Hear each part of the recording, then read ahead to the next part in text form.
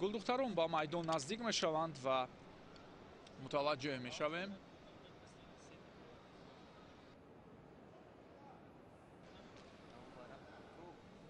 вазни то 70 килограмм дар гилеми рақами 2 оғоз гардид ва ин ҷо бонувон ба майдони рақобат омадаанд.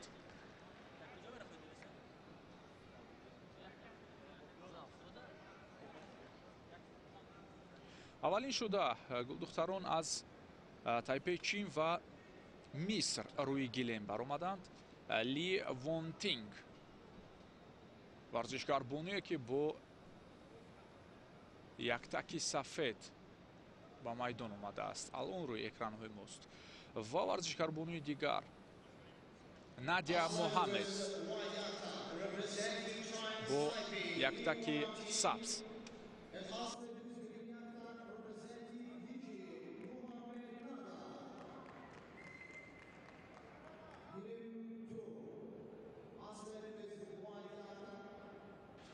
варзишгарон ба тамошобинон муаррифӣ шуданд ва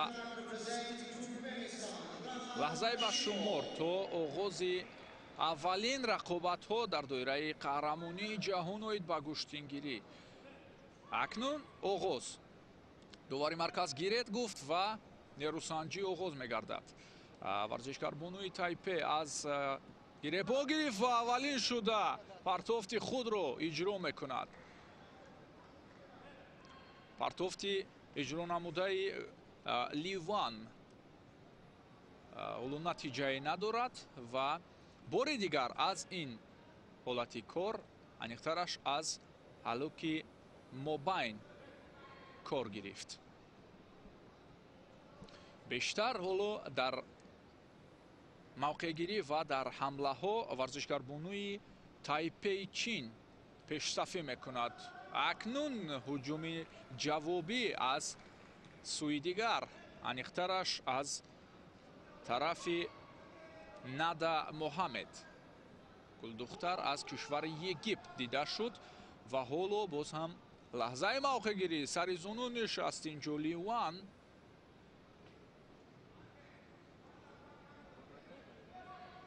хуш, кӯшишҳо аз ҳарду ҷониб дида шуданд. бештар паҳлавон духтари яктаки сафед дошта ба назар чолоктар намуд ва ҳоло боз ҳам ҳуҷум чун дафъаи қаблӣ аз самти паҳлавон духтари кишвари Миср дида шуд.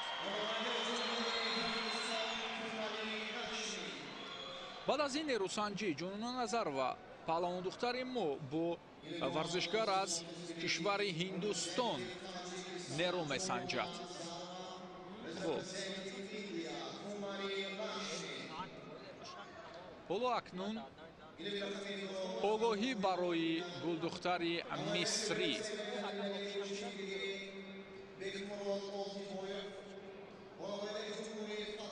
пойзаниҳо инҷо дида шуд аз ҷониби варзишгарбонуи Тайпе. аниқтараш як дафъа ӯ пойзанӣ кард барои ба қавле ҳуши рақибро дигар тараф бурдан, таваҷҷӯҳи рақибро дигар тараф бурдан. кори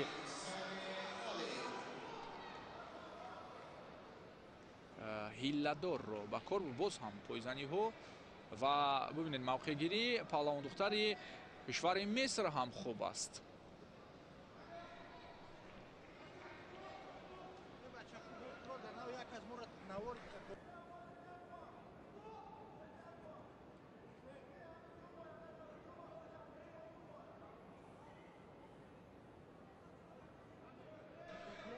акнун дӯстон, танбеҳ огоҳии дигар аниқтараш ва ин огоҳӣ ва ин муҷозот танбеҳ ҳаст албатта ба варзишгарбонуи кишвари Миср. бубинед ва баъдан арзёбӣ мегардад ин амалкард.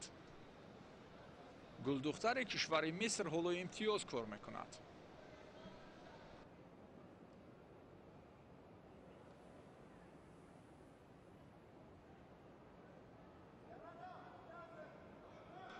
خب صحنه تکراری از همون پرتوفت باری دیگر نشان داده شد و البته که حالا ندا محمد با یک امتیاز پیش صف است.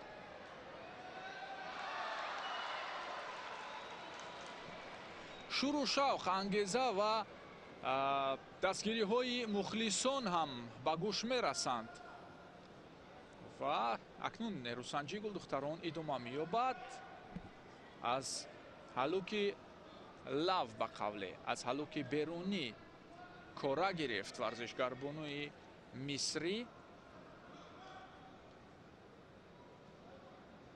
حمله های نوروشنی ورزشگر بانوی مصری و عکس العمل از جانب لیوان.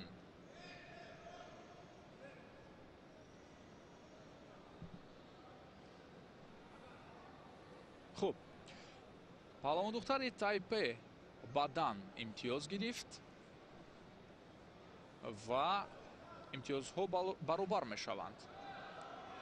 خوف برای باخت با پهلوان دختر مصری اینجا احساس می شود در حالی که اولو یک دقیقه دیگر تا انتهای وقت است.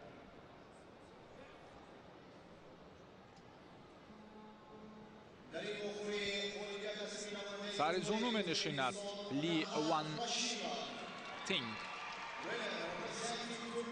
هیچ امتیاز دیدن نمی شود و داور نیز گیرد می گوید.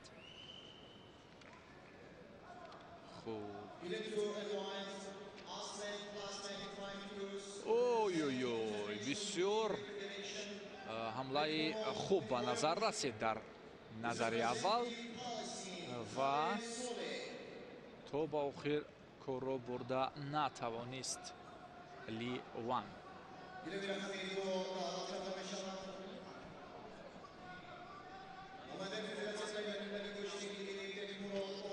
خوب موقع گرفته است حالا پهلوان دختر کشور مصری و بدن دیگر برای ورزشگر بانو از کشور تایپه چین. دو امتیازی بدن اکنون می شود در راستای نامی او. دیگر بار بدن ببینید 5 امتیازی بدن نه ارزیابی نگردید. 5 امتیازی بدن میتواند امتیازی خوبتر یعنی پهلو رو برابر سازد. ثانیه های به شمار تا انتهای وقتی اساسی و پهلوان دختر مصری حالا رو به باخت است. با همین ثانیه ها انتهای یافتند و این نیروسنجی به انجام رسید. لی وان تینگ غالب در این دیدار با همین راه گرفت سوی دور دیگر و در آن دور با ورزشگر بانو از کشور رومانیا واخوری انجام میدهد. انا همین گل دختره که الان روی اکران های ماست.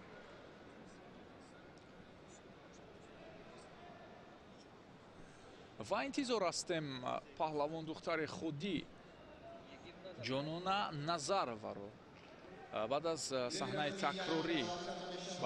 تکراری البته که اون نیروسنجی رو میبینیم.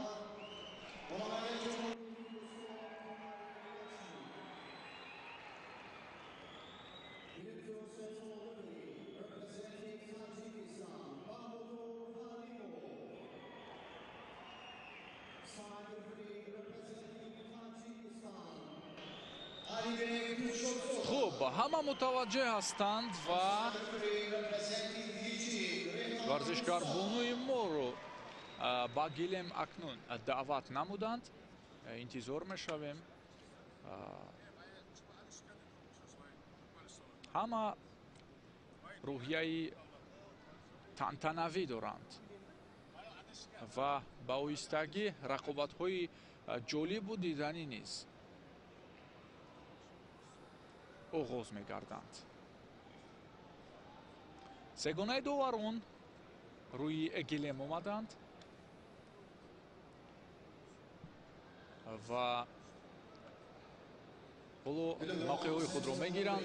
پهلوان دختران باز هم به میدان نزدیک میشوند. ки Ҷонона Назарова бо Лахми Кумарӣ аз кишвари Ҳиндустон ба нерӯсанҷӣ меояд.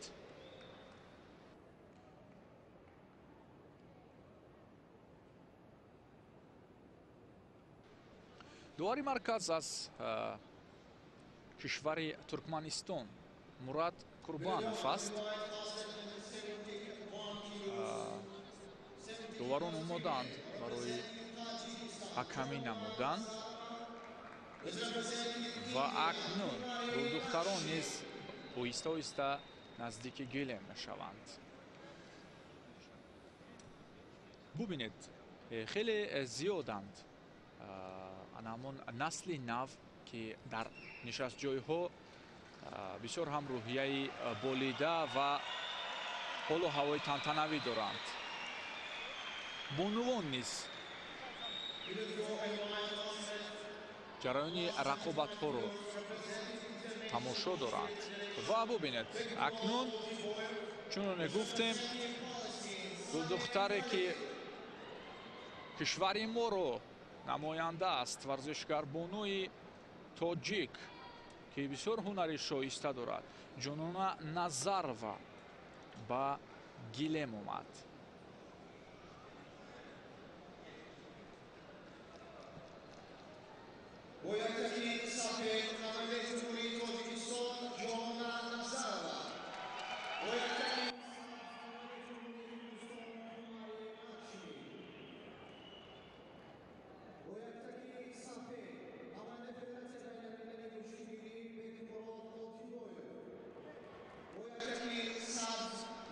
акнун нафаси тоза гирифт Ҷонона Назарова ва бо ҳамин ангеза нерӯсанҷиро оғоз мекунад. аз ҳалуки берун кор гирифт, вале рақиб акнун худ ба ҳамла меояд. албатта онҷо каме хилофи амалҳои гӯштингирӣ дида шуд ва Мурад Курбанов низ дарҳол он ҳолатро муҷозот бахшид.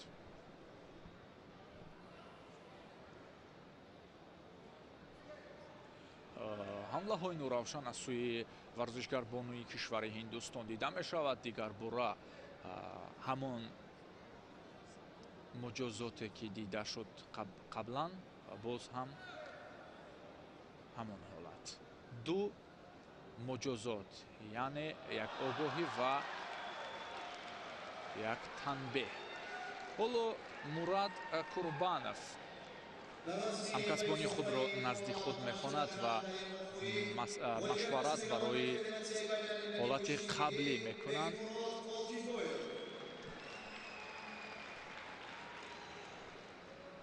акнун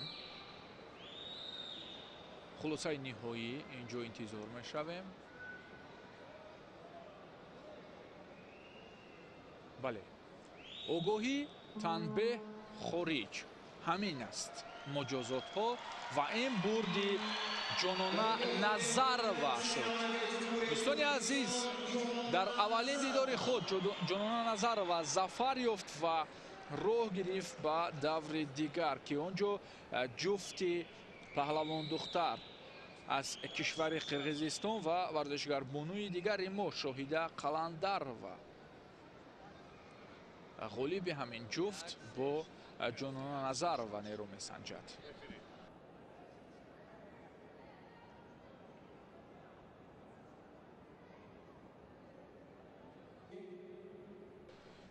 хуб, мураббии шоистаи Тоҷикистон Садриддин Обидовро мебинем ки ҳолу ҳавои бисёр хуб дорад ва чӣ гуне ки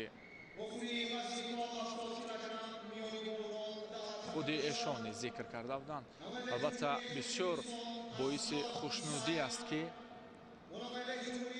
дар замони соҳиби истиқлолӣ мо расидем ба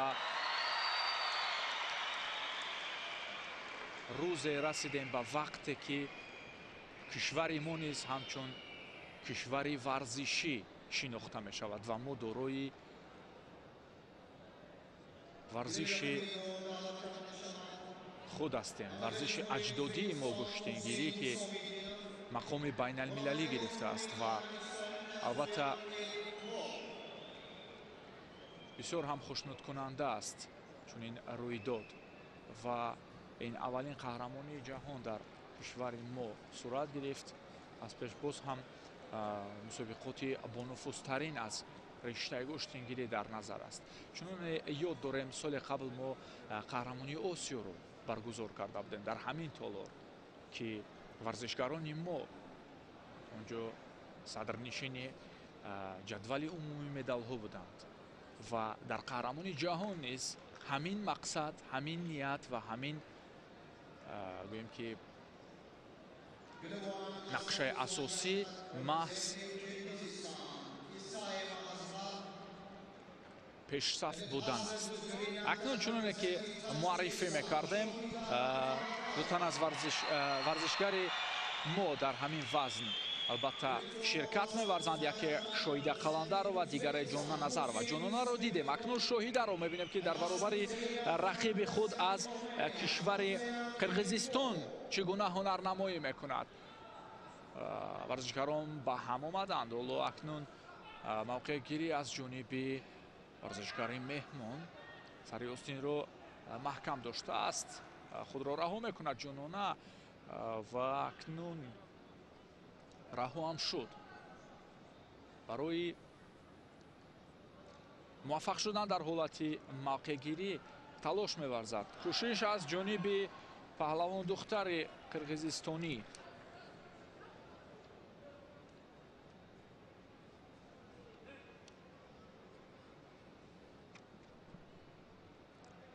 ажар исаева бо яктаки сафед рақиби варзишгари мо аст. шоҳида қаландарова бошад яктаки сабз дорад.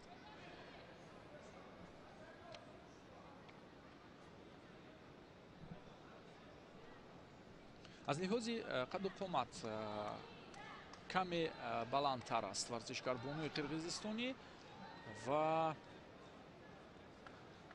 инҷо як ҳолати ба қавле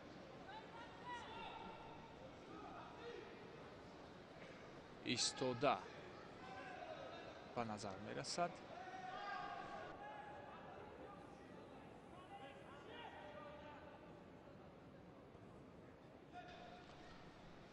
хуб, нерӯсанҷӣ боз ҳам аз маркази майдон. инҷо кӯшиши варзишгарбонии мо сари зону нишаст, олӣ буд, вале ба ҳар ҳол каме дигар бояд рақибро поин мекашид. навбати аввал хуб буд. боз ҳамамон усул аз дифоъ ба ҳамла мегузарад варзишгарбонуи мо. тоби рақибро ба қавле ёфт шоҳида қаландарова.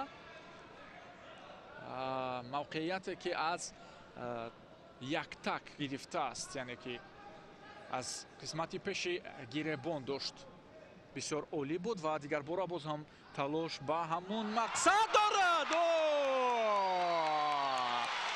ин зебоӣ ва ин шукӯҳ шаҳоматро мо албатта интизор будем дар ин нерӯсанҷӣ. ҳамин гуна ҳам шуд. ба рақобат нуқта гузошт шоҳида қаландарова. ду маротиба сари зону нишаст, ду маротиба аз ҳамин усул кор бурд ва маротибаи дигар барояш кофӣ буд ки рақибро ду шона замин биниҳад. офарин, аҳсан, бисёр олӣ буд. ҳамагӣ ба по хест дар толор ва тантанаи иди гӯштингирӣ бисёр баръало эҳсос мешавад.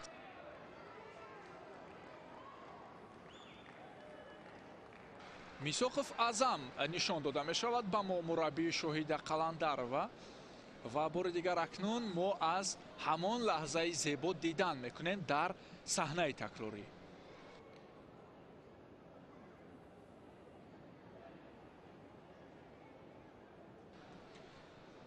ин ҳолатҳои аввал аст ва на ин ҳамон партофтест ки шоҳида ба нерӯсанҷӣ нуқта гузошт. бисёр олӣ.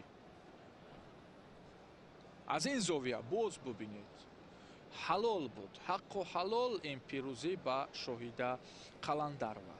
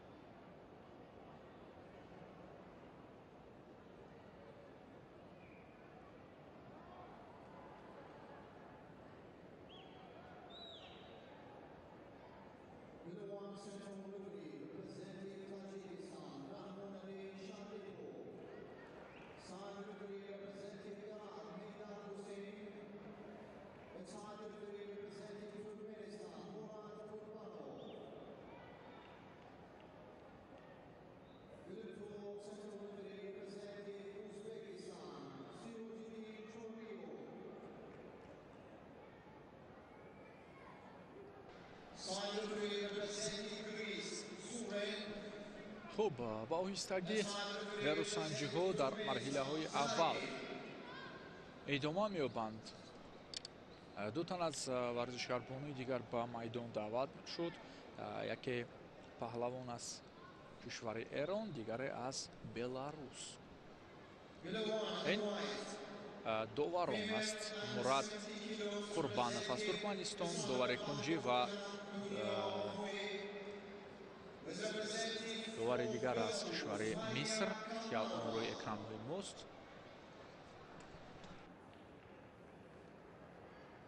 ва ин довари марказӣ аст аз кишвари мо. хуб, гулдухтарон ба назди гилем меоянд.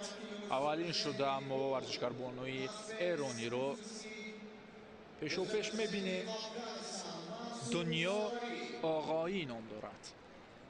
Мария Камарова бошад рақиби ост аз кишвари Беларус.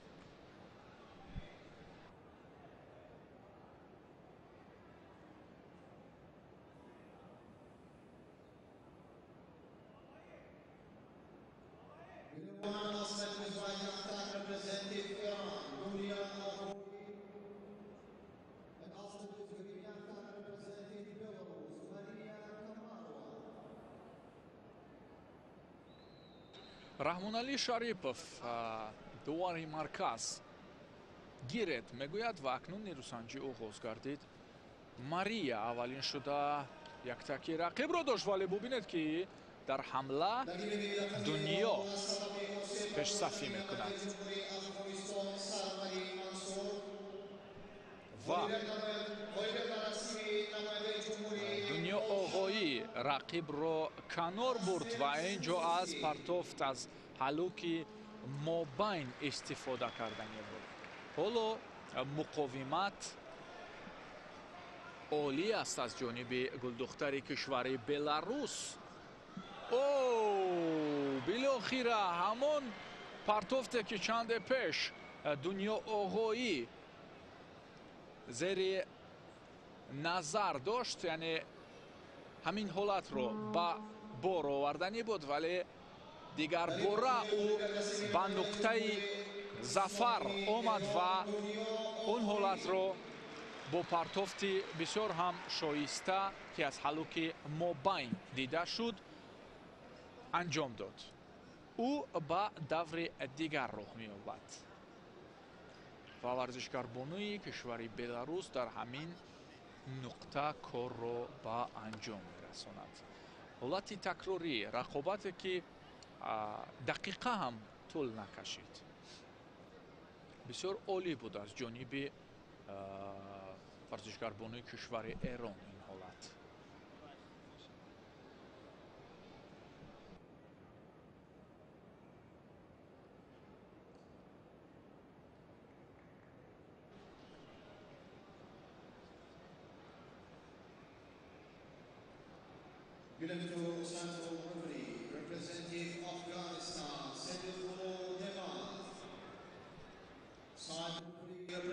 гулдухтарон бо либоси миллӣ дида мешаванд ва албатта бисёр ҳолати хуб аст ки анъаноту фарҳанги мо дар ин мусобиқаи муҳташам дида мешавад. сегонаи дигар ба майдон барои ҳакамӣ омаданд. дутан аз доварон аз кишвари мо ва довар аз кишвари Эрон.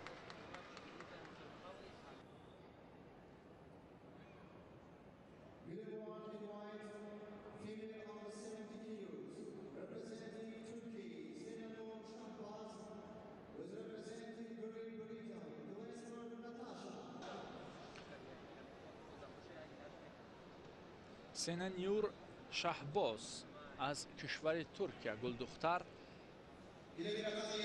бо варзишгарбону Наташа Гласфорд аз Британияи Кабир. Ин ҷуфти навбатӣ дар вазни то 70 кило аст.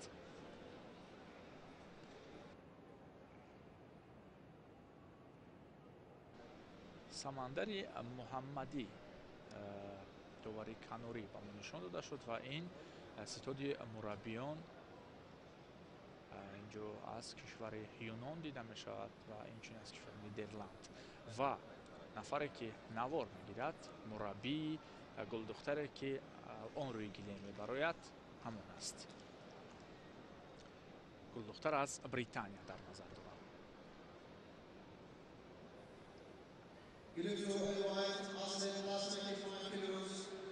Representing China Taipei, Park Ho-wei, representing Tajikistan, Shakar Mahmad Birmanpour.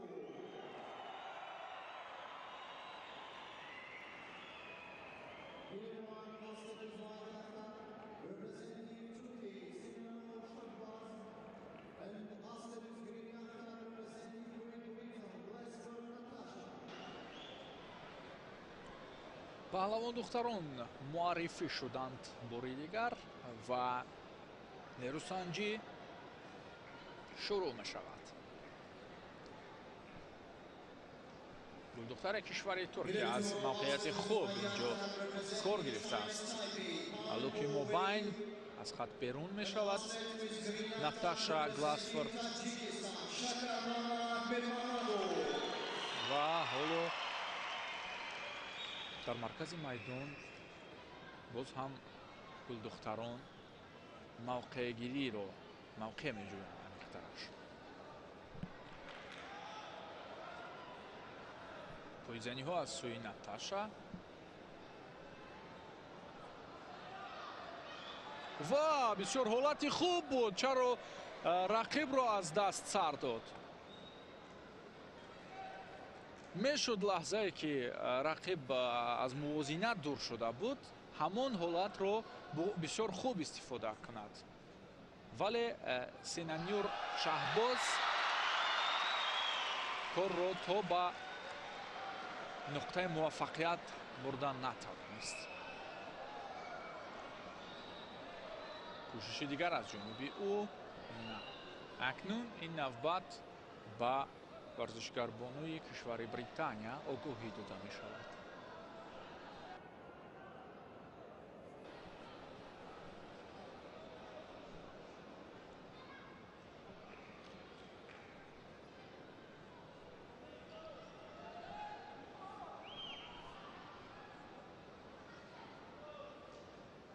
пойпеш гузории хуб дорад. варзишгарбонуи британӣ чӣ гуна ҳолати хавфоварро нишон медиҳад. ҳолати бисёр хавфнок ба бор овард Наташа Гласфорд. аз ҳар зовия пойзанӣ кард ва билохира аз ҳаллук истифода бурд. дар ҳоле ки пештозии паҳлавондухтари Туркия дида мешуд то он лаҳза, вале Наташа Гласфорд низ нишон дод ва инчунин нишон медиҳад ки او نیز ارزنده رقابت میکند. امتیازی بدن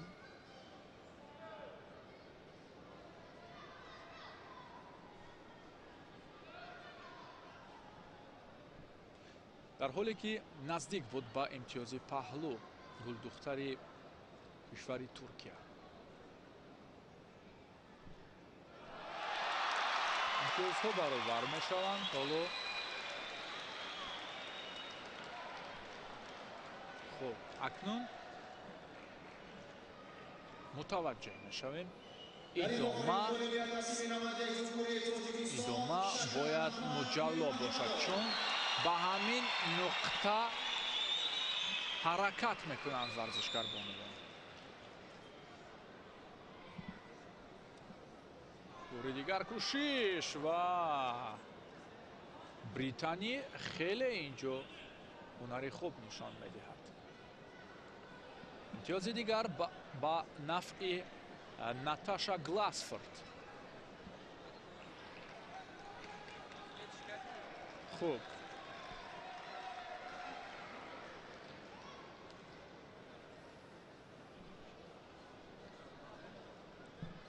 اکنون خود به حمله می آید پهلوان دختر کشور ترکیه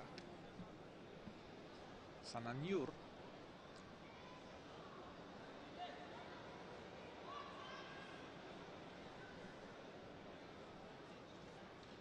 خوب بینید چگونه سهل و ساده پایزنی میکند و رقیب رو از پا میافتاند. موازینت رو پررا گم کرده است دختر کشور ترکیه و حال و هوایش نیز قدر خوب نشان وانمود نمی شود. خسته است، اگرچند که بریتانی نیز خسته وانمود می شود و ببینید از حلوکی پشت پای انیخترش از پشت پامانی خوب استفاده برد و با فشار رقیب رو دو شانه زمین نهاد. بسیار عالی بود، احسن.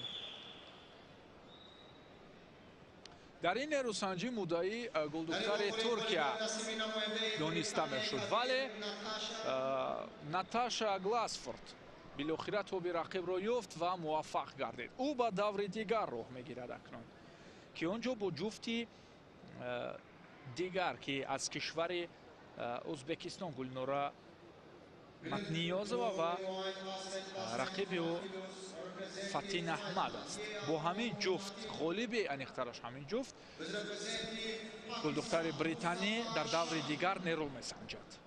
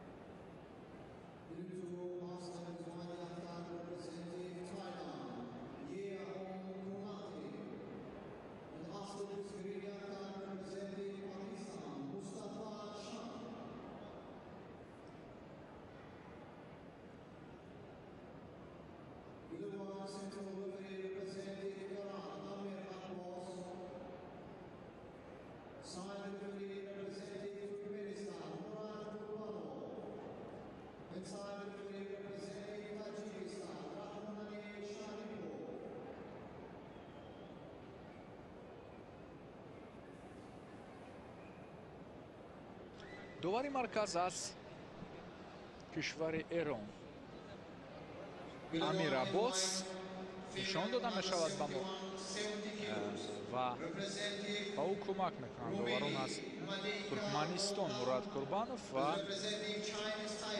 رحمان علی شریفوف از کشور تاجیکستان.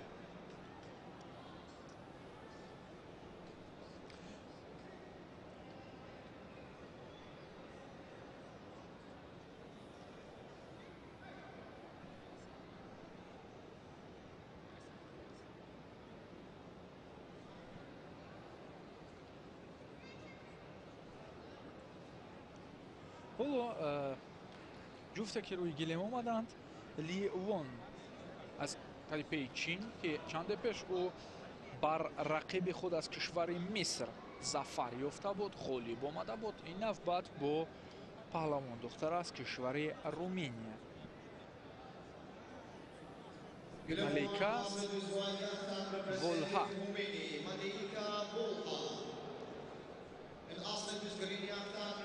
духтаре ки кишвари Руминия намояндагӣ мекунад.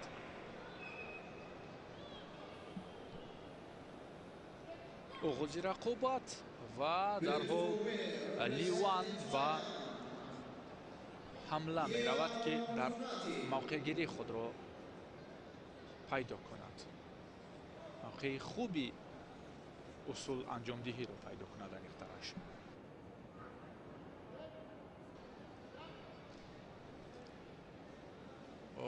ҳоло имтиёзи баданро мо дидем. Волҳа Малике аз кишвари Руминия имтиёз мегирад. дарҳол Ливон ҷуброн аз он ҳолат карданӣ буд. барояш муяссар гардид, вале ба имтиёз нарасид. партофт анҷом дода шуд, хуб буд, аммо имтиёз надошт. идома медиҳем, мутаваҷҷеҳ мешавем.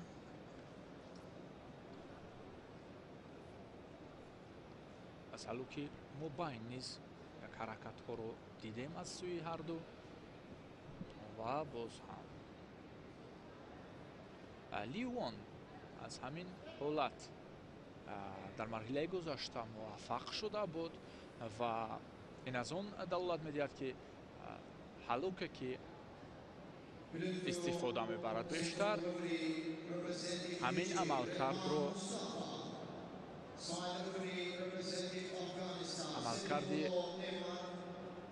хуби худ медонад ва аз он боварӣ пойзаниҳо аз ҳарду ҷониб. албатта ин пойзаниҳо барои диққатро канор бурдан аст. ҳоло огоҳӣ барои Малике Волҳа.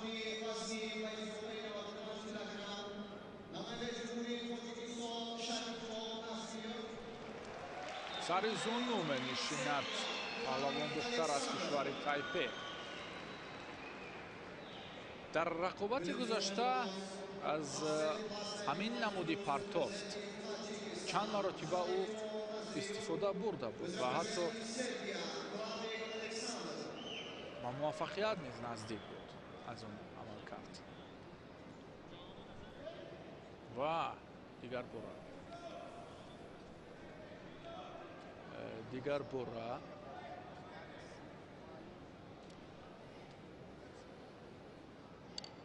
аз ҳамон ҳолат истифода кард. ҳоло як имтиёзи бадан варзишгарбонуи кишвари Руминияро пешсаф кардааст.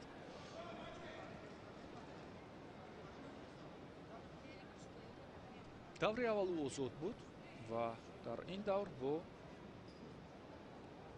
Ли Вонтинг ҳоло нерӯсанҷӣ дорад.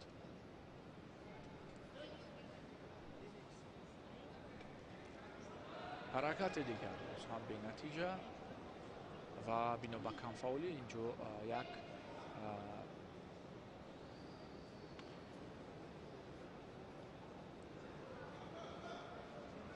муҷозот ҳам хавф дорад барои ин варзишгар ва ба ҳамин тавр ҳам инҷо довар низ гузошт огоҳии дигарро, яъне танбеҳро.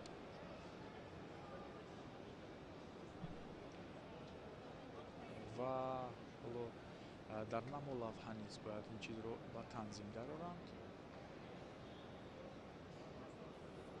бале хуб, бале ба ҷое ки танбеҳ гузошта мешуд, имтиёзи паҳлӯ низ вонамуд шуд.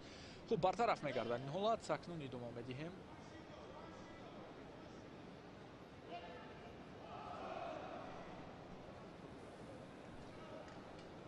як огоҳии дигар варзишгarbonуи руминиро аз идома бенасиб мегардад. ба ҳамин боз ҳам гулдухтар аз кишвари Тайпеи Чин ҳаракат дорад ки ҳамин ҳолат рух бидиҳад, яъне ки камфаъолии рақиб эҳсос шавад ва дар ин баробар ӯ низ кор мегирад аз усулҳо.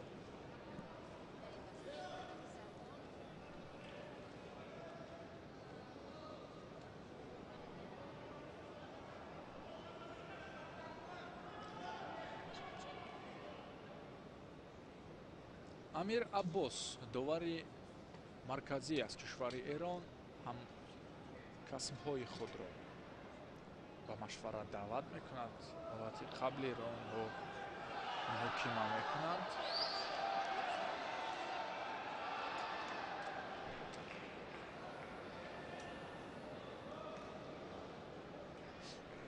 хуб, сари мақсад омаданд ва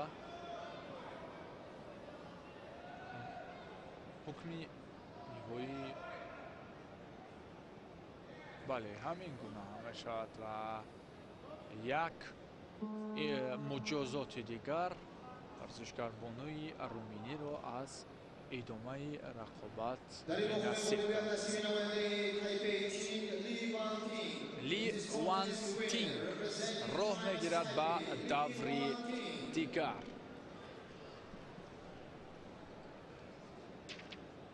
ҳамон ҳолате ки мо мегуфтем, як муҷозоти дигар ӯро аз идома бенасиб мемонад, гарчанде ки ӯ пешсаф буд бо имтиёз, вале набояд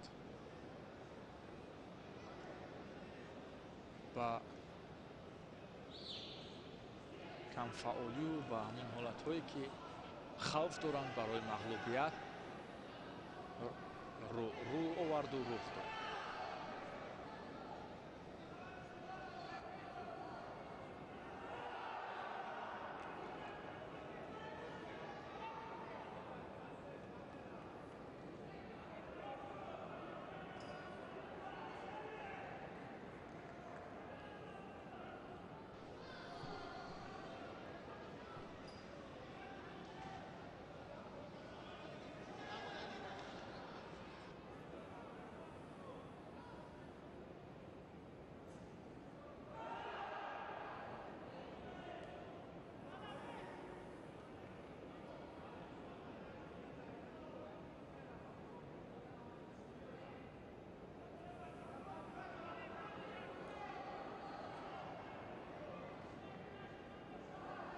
ҳоло ҷуфти дигарро интизор нашавем.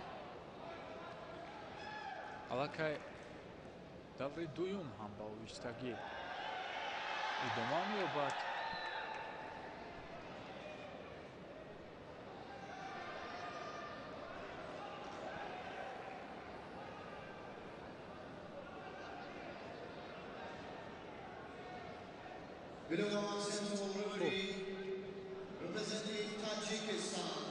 раҳмонали Шарипов боз ҳам довари асосӣ, яънитараш довари марказӣ, ба ӯ кӯмак мерасонанд аз кишвари Миср, инчунин аз кишвари Эрон.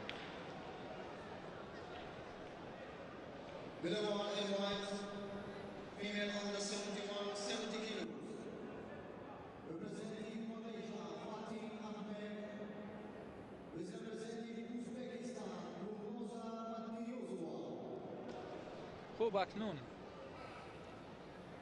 Гулноза Матниёзова бо варзишгarbону аз кишвари Малайзия. Гулноза аз Узбекистон аст ки алон рӯи экранҳои мо намоён аст. як таки сабз дорад ва рақиби ӯ бошад Сатин Аҳмад аз Малайзия аст.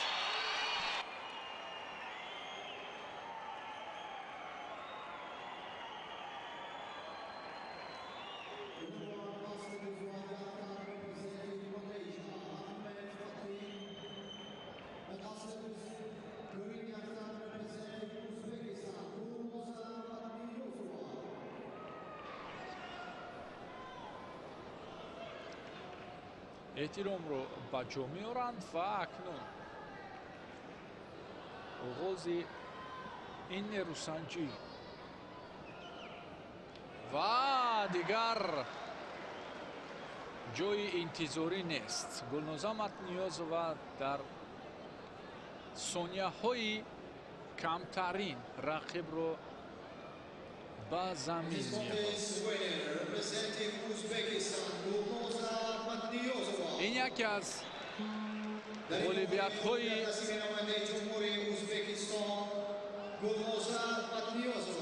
ғолибиятҳои бармаҳал ва вақти камдошта дар қаҳрамонии ҷаҳон маҳсуб мешавад. ҳудуди 10 сония ва камтар аз ин муҳлат нерӯсанҷӣ давом ёфт ва дарҳол паҳлавондухтар аз кишвари Узбекистон амалкард анҷом дод.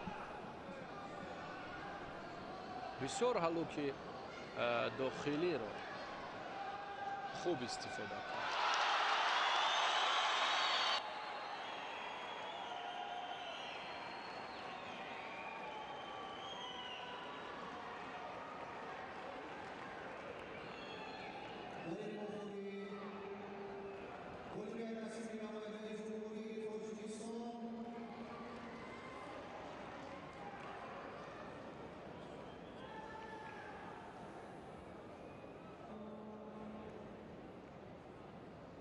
ин ҳама шодию нишод албатта ба ифтихори варзишгари мо аст, ки Шарифҷон Наздиев дар гилеми дигар айни ҳол зафар ёфт бар рақибаш.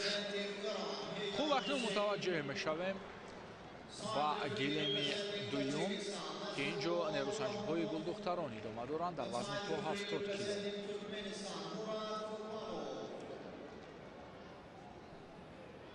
довар аз кишвари Эрон дар марказ ҳакамӣ мекунад ва ба ӯ Раҳмоналӣ Шарипов аз Тоҷикистон ва Мурад Курбанов аз Туркманистон кӯмак мекунанд. ҷуфти навбатиро ба самъи шумо мерасонем. Камила Бадурова аз кишвари аз Федератсияи Русия айни ҳол рӯи экранҳои мост. дар баробари ӯ нерӯсанҷӣ мекунад варзишгарбоно аз кишвари Муғулистон Цог Очир.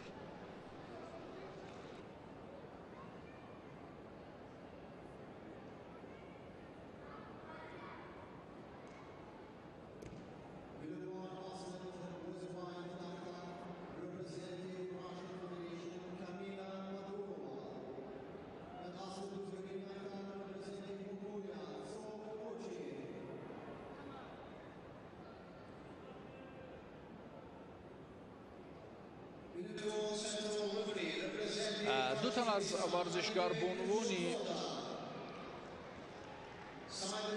қавиҳунар рӯи гиле монаданд дар марҳилаи аввал. Камила Бадуроваро ёд дорем, хеле ҳунари шоиста нишон дода буд дар мусобиқаи омехташ дар қаҳрамонии Осиё соли гузашта.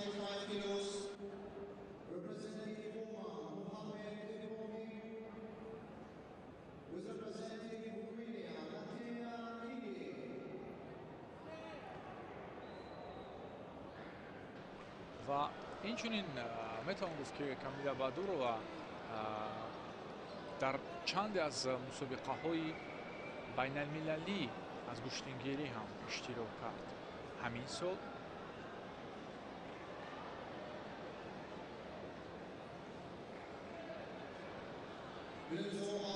мин ҷумла ҷоми раис шаҳри Душанбе, мусобиқаи дигар дар ноҳияи Ховарӣ ва дар умум ӯ таҷрибаи хуб аз ришаи ҷудо дорад.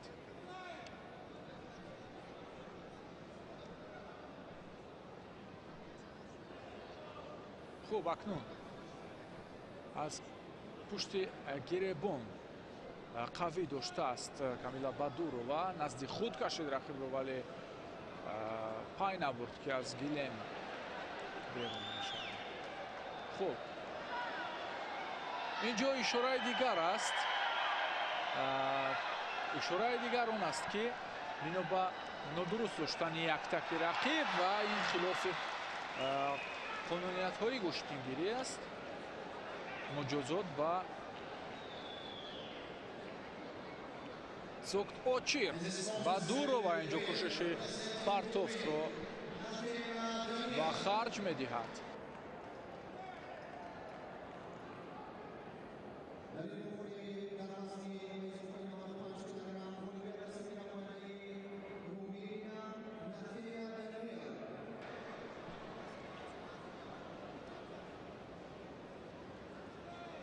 زوکت اوچیر خیلی خوب دفاع میکند و بادورова نیز پای در پای کوشش یافتن توپیکوری رقیب رو میکند. اصلا نباید ورزشکار بانوی کشور مغولستانی بیشتر از دفاع استفاده کند چون میتوان این حالت برای او یک آگاهی بیارد چون میدونم آگاهی بعداً تنبیه و بعداً خارج است. سه مجازات رقیب را از ادامه نیروسنجی ها بی‌نصیب میماند.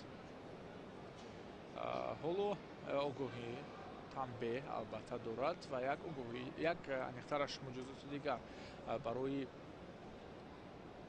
انتها بخشیدن کاری زوکت اوچیر در پیش است که نباید او با این حالت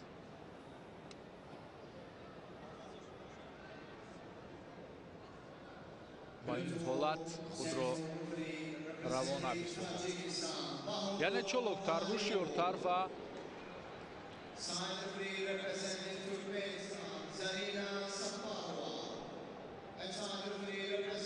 خوبتر هنرنمایی باید کند.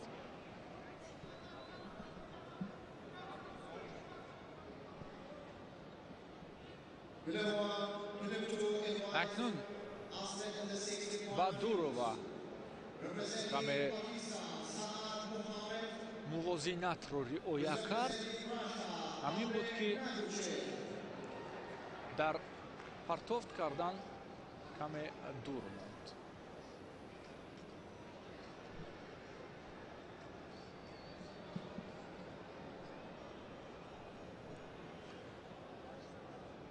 داور از کشور ایران همکسبان خود را با مشوره دعوت کرد و بله همین گونه هم شد. مجازات دیگر و این مغلوبیت زوکت اوچیر است. کامیلا بادورова به همین ترتیب راه میگیرد به دور دیگر انیخترش یک چهارفینال.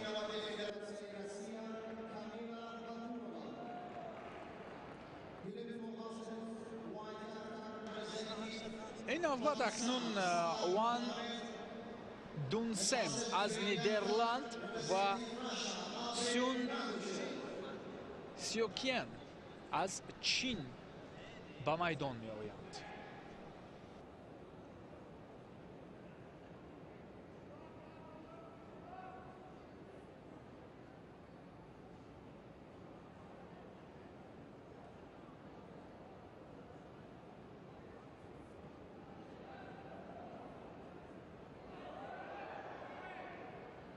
تا اونه که ورزشکار بانوان دعوت می شوند و به میدان می آیند چندی از فکت ها رو می خواهم به شما بگویم. در هر وزن ما داریم دو ورزشکاری و در عموم 9 وزنی که روانه گردیده است. البته اون دو ورزشکاری هم بعد از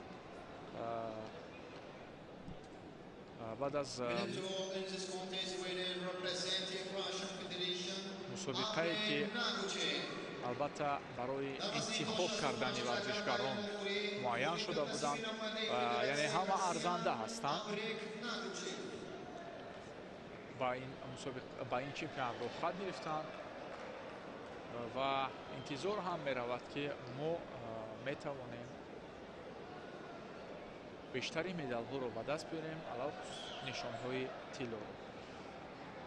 Парчамро парафшон мебинем аз сӯи наврасон ва ин парафшони парчам ҳамон мисраъҳои суруди миллиро ёд меорад ки парчамат бодо парафшон тоҷикистони азиз. рӯи экранҳои мост Шаҳло Муҳаммадраҳимова, варзишгар бонуе ки аввалин медали тиллои қаҳрамонии ҷаҳонро аз риштаи таеквондои ИТФ ба ватан овардааст.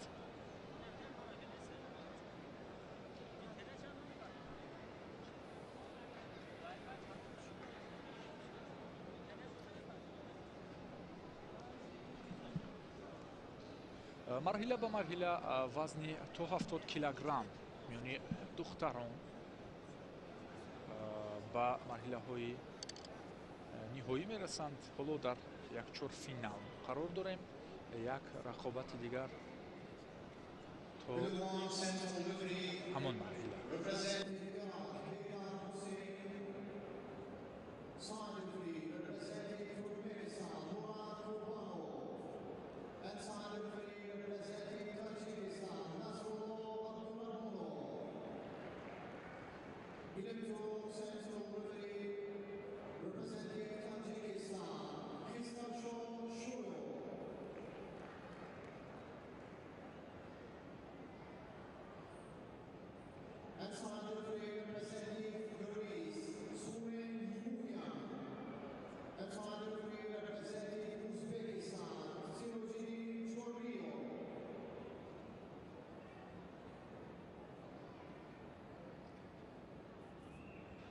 ҷуфти дигар чуноне қаблтар ҳам мо гуфта гузаштем, аз Нидерланд ва аз Чин гулдухтарон ба майдон меоянд.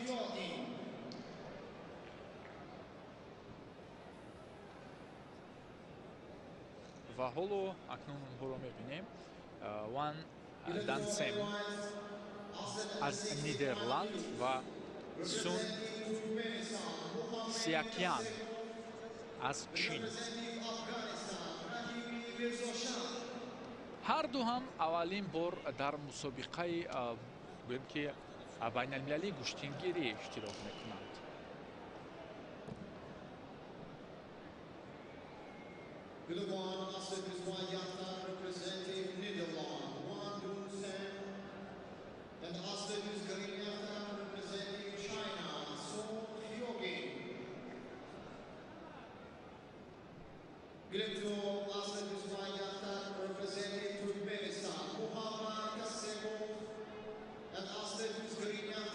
хуб, довар аз кишвари Эрон истилоҳи гиредро ба забон овард ва ин эрусанҷӣ оғоз мегардад.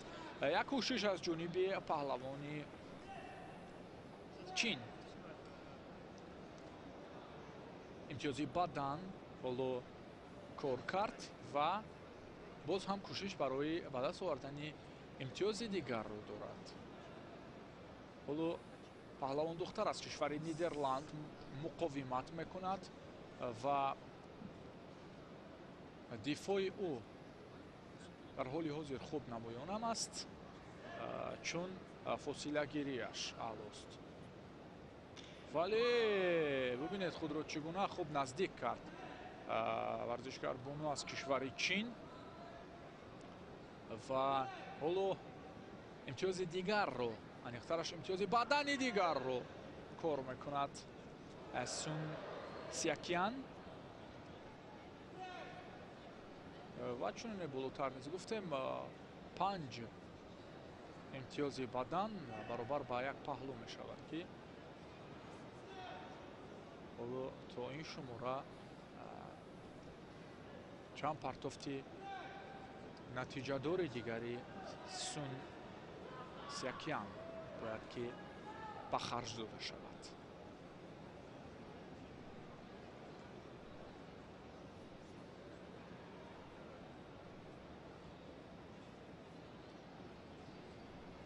ягон ҳолати партофтовар ё ин ки ягон ҳамлаи варзишгарбонии нидерландиро мо то ин ҷониб надидем ва танҳо муқовимат мекунад, танҳо дар дифоъ кор мебарад ва ба ҳамин дигар ҳолатеро мо пайхас накардем.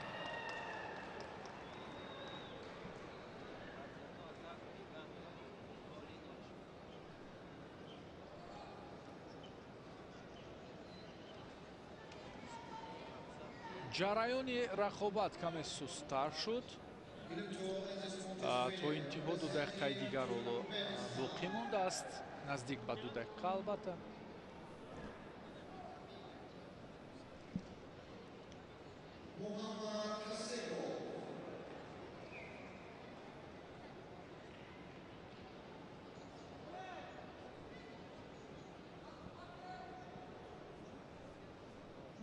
хуб, идомаи нерусанҷӣ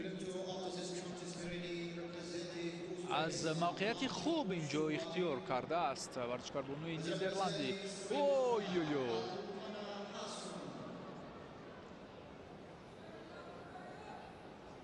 ба назар чуноне мерасид ки ҳоло ҳалол мешавад, вале на. бино ба камфаъолӣ як муҷозот ба варзишгари нидерландӣ огоҳӣ аниқтараш, ки фикр кунам қаблтар ҳам агар ин муҷозот раво дониста мешуд боке набуд, чун хеле камфаъол аст паҳлавон духтари нидерландӣ.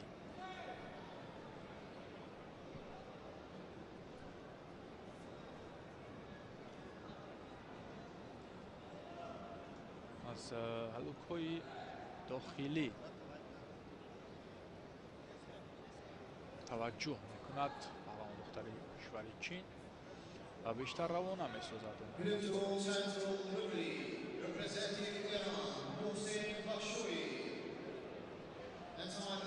хуб,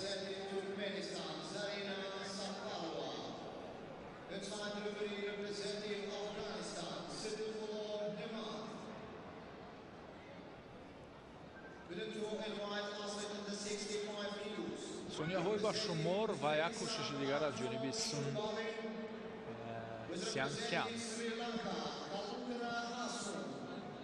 Сиакян аниқтараш.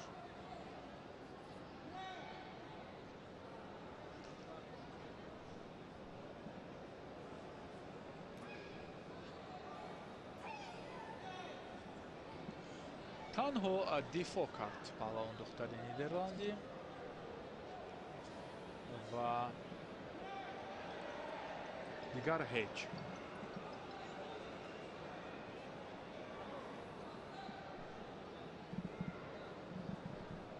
хуб, ба ҳамин акнун 4 сонияи дигар боқӣ мондааст.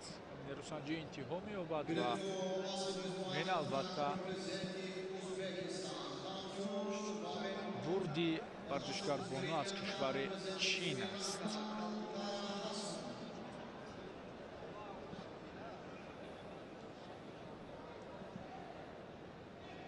And this contest winner representing China, Sun Hyokki.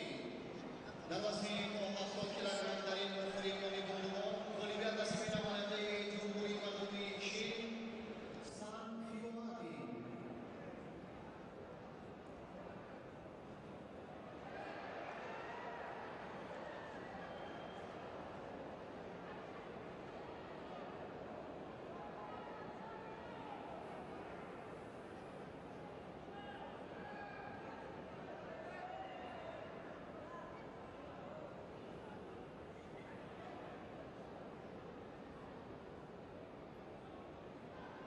саҳнаҳои такрорӣ аз лаҳзаҳое ки дар ҳамон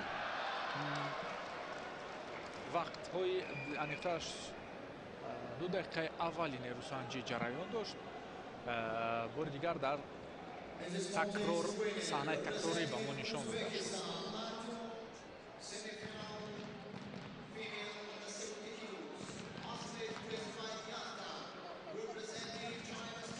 шоҳида қаландарова дар ин русанҷӣ бо яхтаки сабз андари майдони рақобат гардид ва баҳри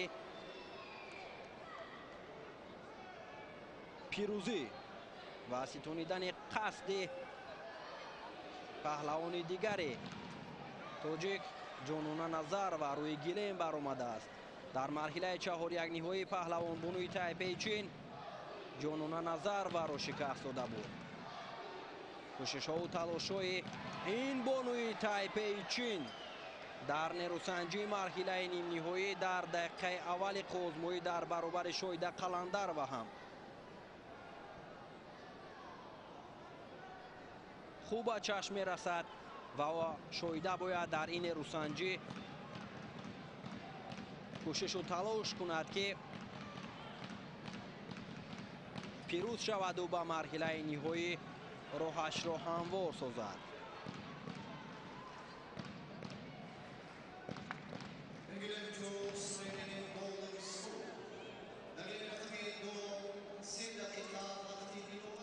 як ҳаракати Шоҳида инҷо анҷом дода шуд. сари зону нишаста мехост ки як партофт анҷом бидиҳад, вале паҳлавонбонуи Тайпеи Чин ҳам аз ҳаракати анҷом додаи Шоҳида пай бурд ва худро канор гирифт. дигар бора онҳо баҳри анҷом додани усулҳояшон аз гиребони якдигар доштанд.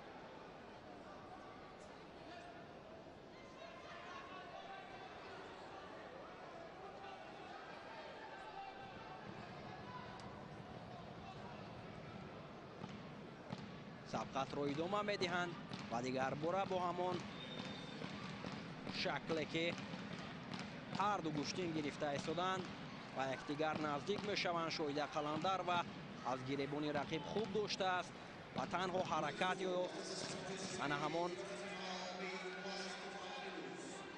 анҷом додани усул аз ҷониби ӯ дар ин ҷо дида намешавад ва танҳо бояд Шоҳида Қаландарова усулро бояд анҷом бидиҳад то ки соҳиби имтиёз шавад.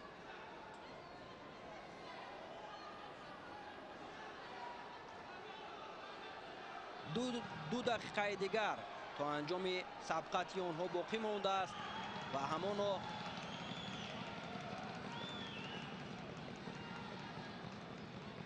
аз ҷониби ҳарду ҳаракати имтиёзовар ба чашм нарасидааст.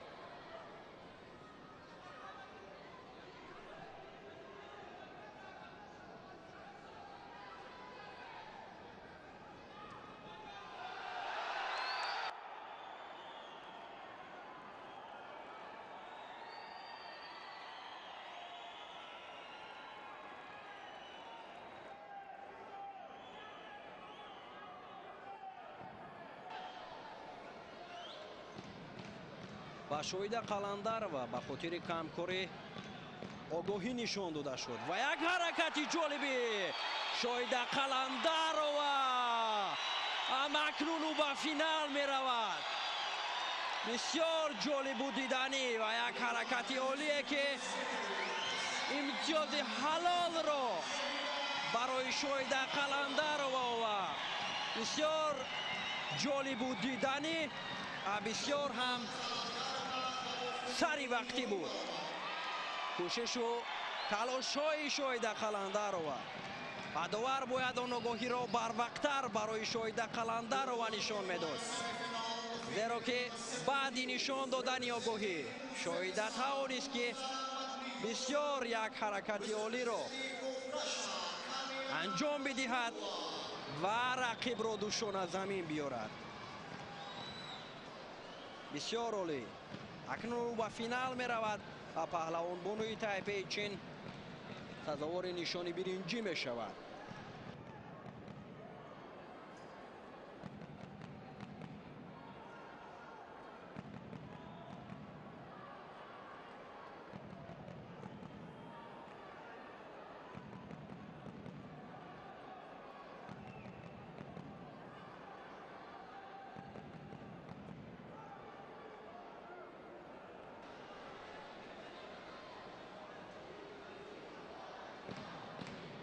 рақобати дуюми марҳилаи нимниҳоӣ дар вазни то 70 кило میان پهلوان بانوی ازبکستان گلنوزه متنیازова با یختک سفید و نماینده روسیه پهلوان بانوی یختک سبز پوشیده کامیلا بادورова هم در این میدان نیروسنجی گشتند.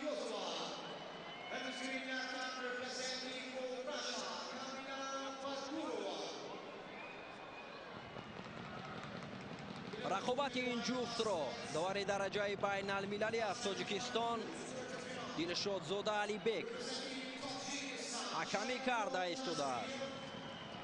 کامیلا بادورова و اینچنین گلنوزه متنیازова هم دو چهره هستند که هر دو را ما در مسابقه های بین المللی بارها هنر و مهارتشان را شاهد گشته ایم.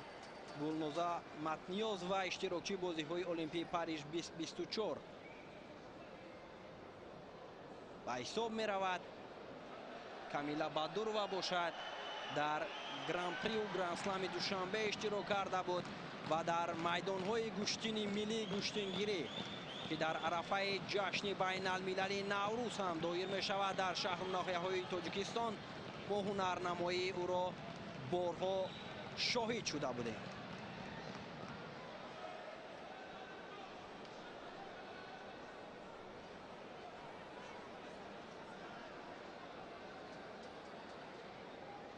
نیروسنجی هم گلنوزه و هم کامیلا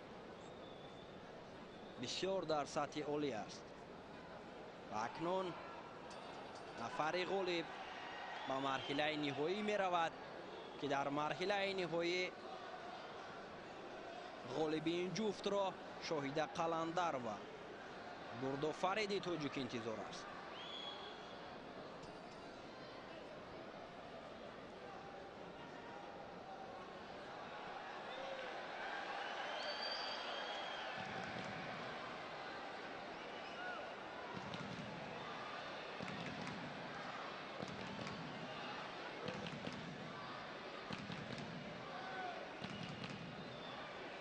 کوشش ها و تلاش های گلنوزه نسبت به کامیلا خوبتر و بهتر به چشم می رسد.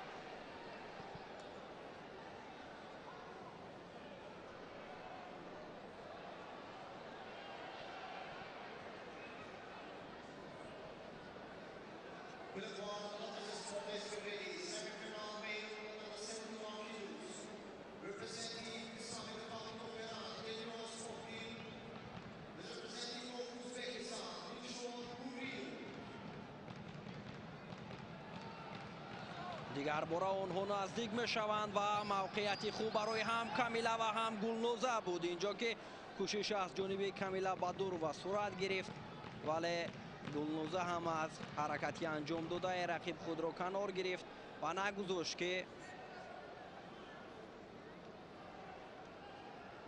پهلوان بانوی روسیه صاحب امتیاز شود. دیگر باره نزدیک می شوند. باز به همون شکل یک حرکت دیگر و کامیلا اینجا میخواست انجام بدهد. موقعیت برای او خوب است برای انجام دادن اصول کوشش ها و تلاش هایش را تا این لحظه او خوب انجام داده ایستاده است.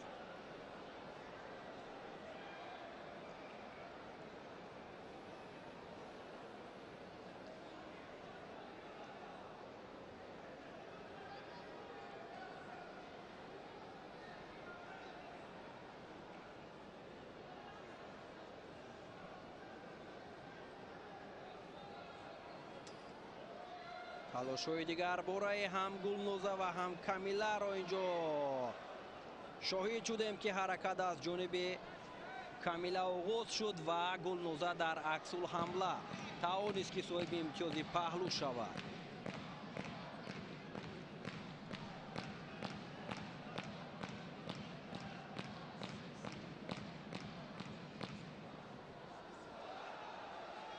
زیاده از یک دقیقه دیگر حالا وقت در اختیار دارند این دو چهره ولی پیشرفتی نصیب پهلوان ازبکستان است. дигар бора ҳаракат мекунад Гулноза. як кӯшиши дигари ӯ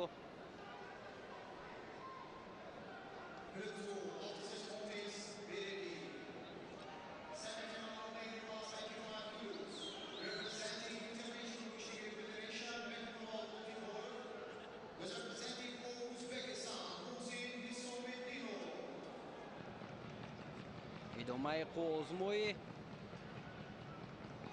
ва инҷо наздик буд ки камила аз имтиёзи аз даст додааш ҷуброн кунад, вале Гулноза ҳам худро дифоъ карда тавонист ва нагузошт ки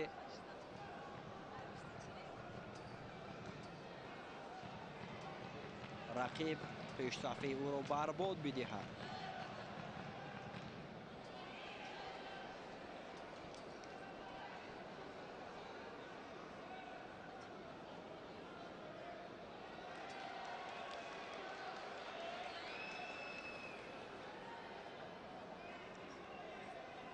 سی сонияи дигар дар ихтиёр доранд.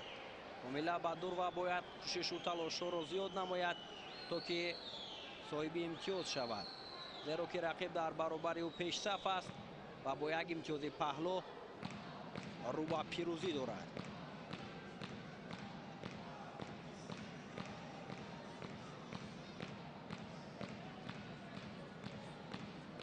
сонияҳои поёнии қозмӯӣ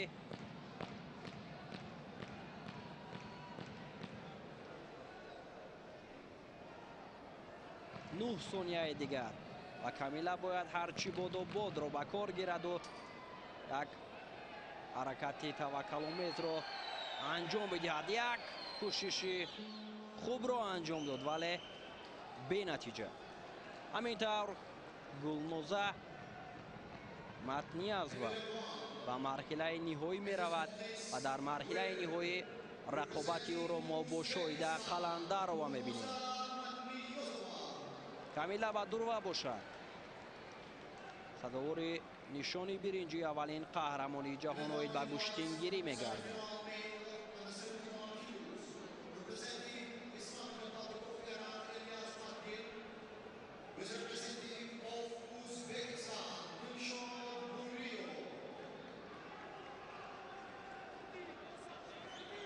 наворҳои такрориро таваҷҷӯҳ мекунем ки чӣ гуна паҳлавони Ӯзбекистон имтиёзи паҳлӯро касб кард ва роҳашро ба марҳилаи ниҳоӣ ҳамвор намуд.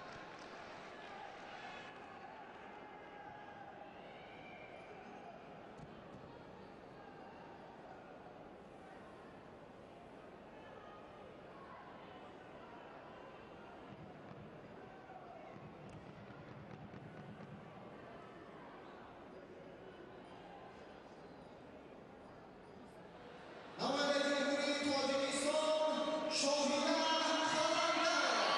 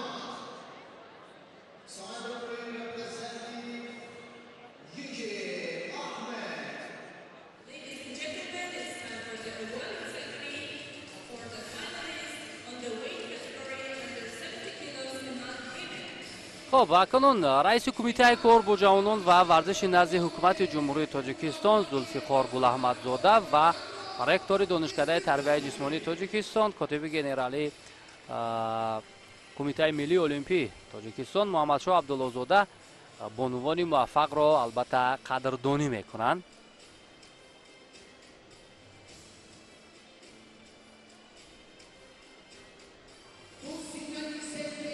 خب دو زینه سیمی افتخاری را لی ون تینگ از تایپی چین و کامیلا بادورова از فدراسیای روسیه اشغال کردند که با آنها نشانهای برنجی از جانب رئیس کمیته کار با جوانان و ورزش نزد حکومت جمهوری تاجیکستان زلفقار گلاحمدزاده تقدیم می‌گردد. شاهیده قلندرова در نخستین چمپیونات جهان گشتینگیری توانست که تا به مرحله نهایی بیاید و صاحب نشان نقره این مسابقه بانفوذ گردد.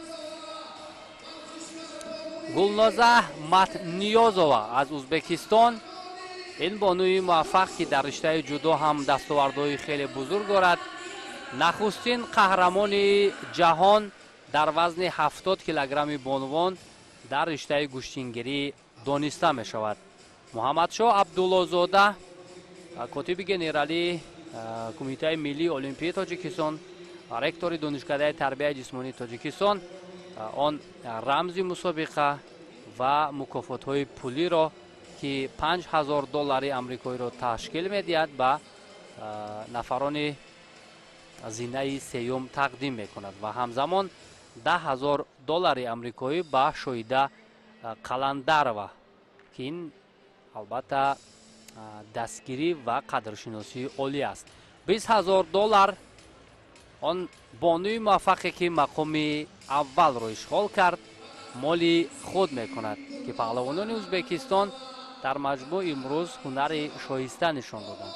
اکنون سرود ملی جمهوری ازبکستان با شرافت پیروزی این بانو صدا می‌دهد.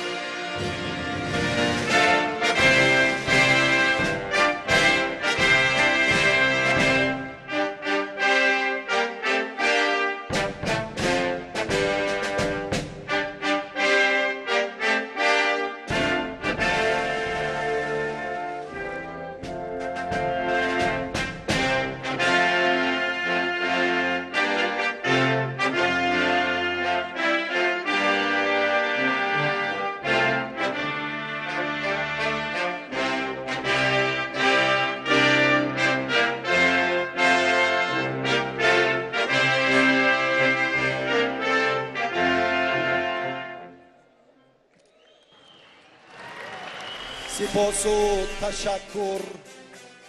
فرصت جالب و تاریخی عکس برداری با قهرمان جهان و برندگان جایزه های افتخاری.